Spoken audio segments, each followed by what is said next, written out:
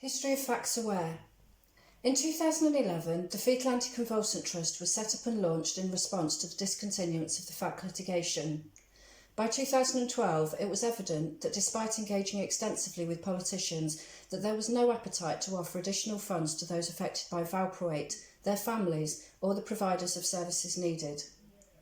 I attended the MHRA Paediatric and Medicines in Pregnancy seminar with the intention of raising my concerns about the 40% risk and requesting the MHRA issue a caution and use alert.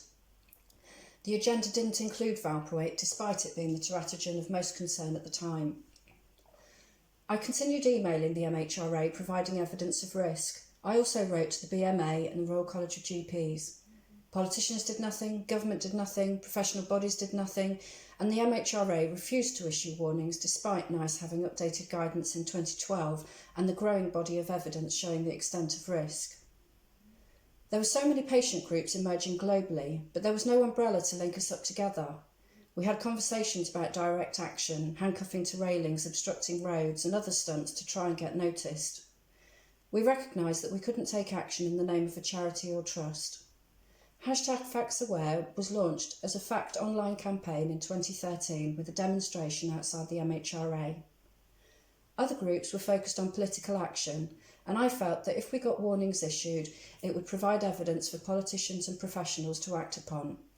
FACSaware was never just about the harm caused by Epilim. The systemic issues exposed by Dr. Ben Goldacre in Bad Pharma needed action. We were a group of individuals who had been affected by teratogens. We were all part of various charities, campaigns and Facebook groups with the common goal of preventing further harm from adverse drug reactions and in particular valproate. We linked up with campaigns overseas. In 2013, the MHRA issued a drug safety update and referred valproate to the European Medicine Agency PRAC. Patient groups were not initially invited to participate in the PRAC review, so I emailed all members requesting patient groups and individuals affected have the opportunity to contribute. We were surprised and delighted to receive invitations as expert witnesses. Since then, representatives of FACSaware, charities and groups have attended meetings in Parliament, regulators, the IMMDS review and many more have told their story to TV, radio, magazines, newspapers, both locally, nationally and internationally. It's been a learning process for all stakeholders. We did all this while you remained silent. I haven't seen any proactive management by healthcare leaders or providers. Your job is not only to first do no harm, it is also your responsibility to ensure taxpayer money is spent in the interest of the patient and the public purse.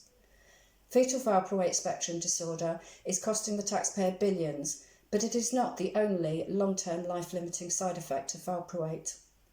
Patients are the only people with the lived experience necessary to inform you of the personal, social and financial impact of existing with debilitating side effects. If you properly understood the cost of treating the comorbidities that are associated with medicines and devices, you may question whether they are financially viable products. Med Safety Week was the 2nd to the 8th of November. What did you do in your role as a healthcare leader to raise awareness? Did you know about it? If not, why not? What are you doing to re-evaluate your policies and implementation strategies in light of the Cumberledge findings? Do you encourage critical thinking? What level of engagement do you have with the Freedom to Speak Up Guardian? When you witness board decisions that do not prioritise patient safety, do you speak up? Do you call out bad practice? Thank you.